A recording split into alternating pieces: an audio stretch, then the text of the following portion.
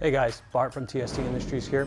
In this video, we're going to show you the installation of the new TST Industries Fender Eliminator and integrated taillight system for the Honda CRF250L.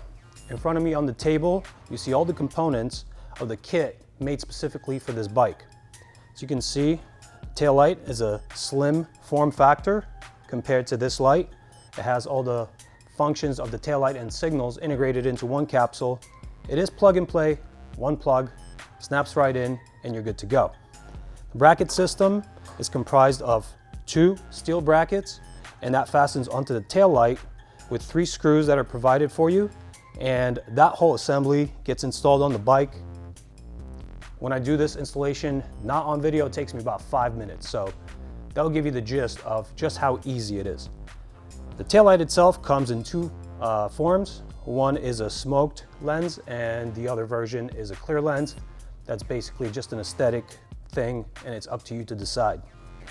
When you install one of these in your bike, you're doing away with incandescent signals, so you will likely need an LED flasher relay if you don't want to wire in the provided resistors. We sell this part separately. It is a $18 component, and it reduces the time of installation vastly, and it makes for a very professional installation, so I recommend this product. The Fender Eliminator system is modular, and it only comes with what you see here. If you'd like a license plate light, we sell this separately. It's our stealth license plate light. It's very minimal. You don't see much of it except for the light. The light output is very, very bright, so I hope you consider buying this in conjunction with all these parts. Now that I've said all that, let's jump on over to the bike and start the installation. In the first step, we will be removing these 4 fasteners, 2 on this side and 2 on the left side of the bike. I'm using a 6mm Allen. And when you remove them, they should come out with these collars. Please keep them. All that hardware is necessary for reinstallation.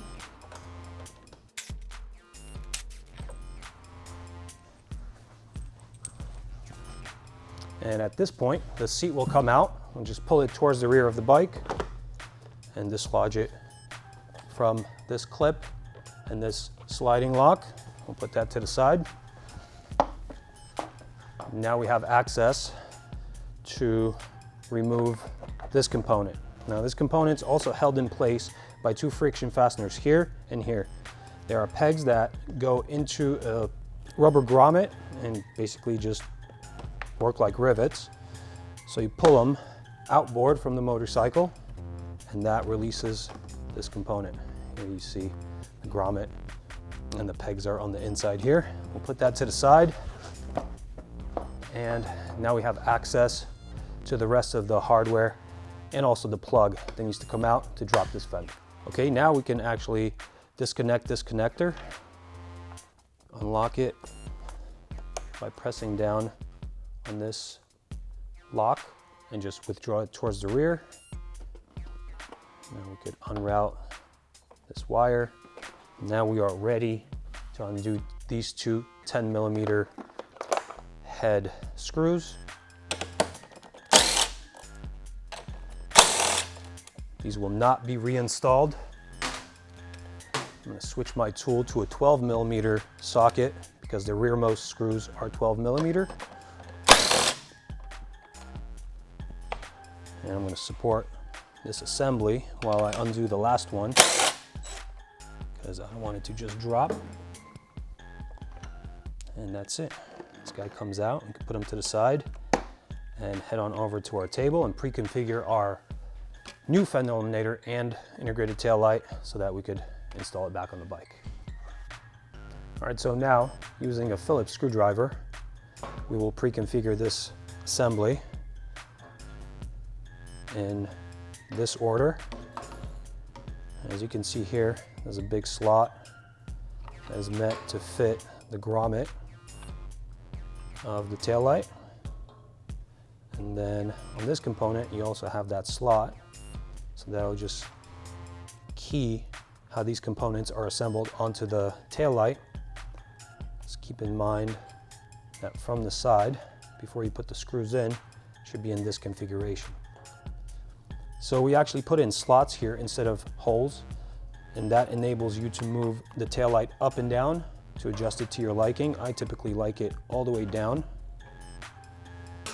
Once we place the screw in there and align it with the boss on the back of the taillight, we can engage the threads, but I don't bottom them out just yet. There are 3. Just going to engage them and allow myself some adjustability. Now you have to make sure that you actually penetrate the screw through this bracket, and then into the taillight. All right, so now this is still movable and this is still a little movable. So I'm going to pull this down. This is your side orientation. This goes up, taillight goes down, and this goes down. And you just hold it in that configuration and then start tightening down the screws.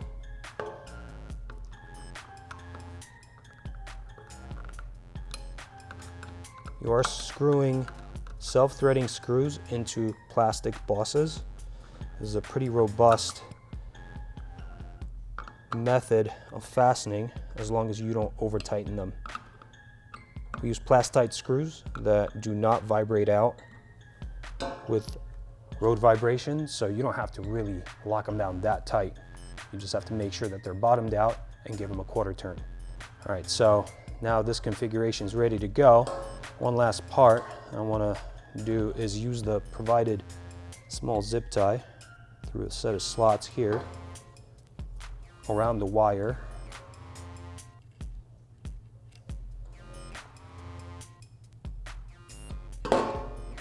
Like so. And then up to the top. And I'm going to engage this zip tie, but don't tighten it down. That step will be left for the end of the installation. All right, so now this is ready to go back on the bike and get screwed down. So let's hop on over. Back on the bike now, we will superimpose the mounting slots on our bracket with the rearmost holes on the subframe and route the wire through the guides for the OEM routing. And now using the screws that came out of here, the ones with the 12mm heads, I will start the threads. I'll only do this by hand. This way we have some adjustability. As you can see here, you could still vary where this taillight gets placed. I typically like to have the enclosure of the taillight touch the first corner of the bodywork here, and that tells me I'm aligned. Once that happens and I'm satisfied with my placement, I'm gonna bottom out the screws by hand still and check one more time for alignment. Make sure everything is aligned and adjusted to my liking, from top and back.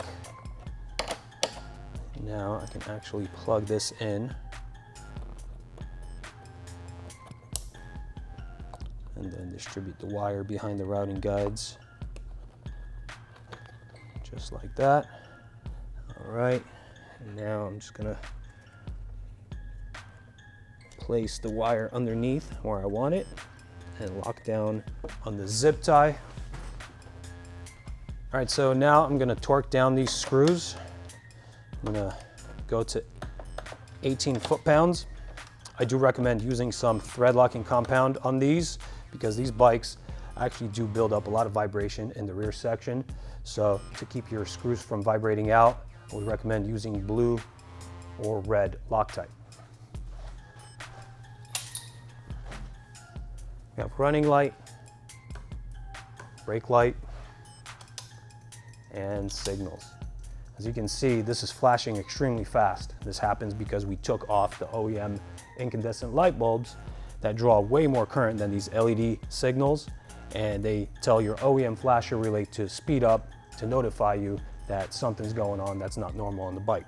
To combat this and slow down the flash rate, you could wire in the resistors that we provide with this kit, or like I said in the intro of this video, you can get one of our Gen 2 flasher relays, and that's a plug-and-play component, and it will slow down your flash rate to 85 cycles per minute, and will also allow you to adjust that flash rate to your liking. So at this point, I'm gonna go in the reverse order of disassembly and put back all the components I've taken off, and then we'll finalize the assembly by putting on our license plate.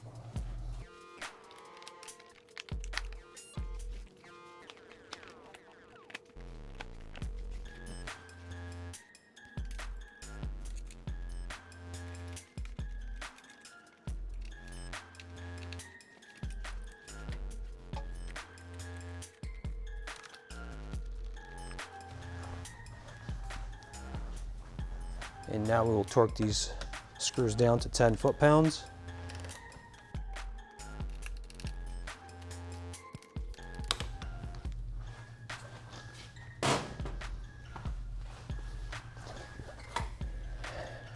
And now, using the hardware that came with your stock components, you can remount your license plate onto this new setup.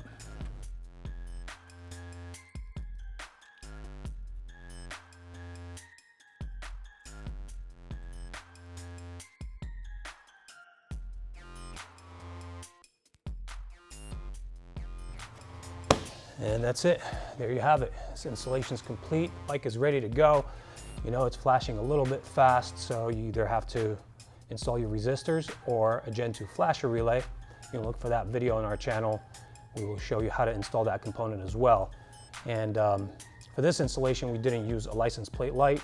We do have one available. We'll make a separate video for that, so look for that as well. All right, so I'm done here. Hope you guys enjoyed the video, and consider subscribing to our channel. If you're watching this on YouTube, please leave us a comment. We love hearing from you guys. We do our best to reply to all the comments in timely fashion. And we invite you over to tstindustries.com, where you'll find more information on this product and other products like it for this bike. And that's about it. See you guys next time.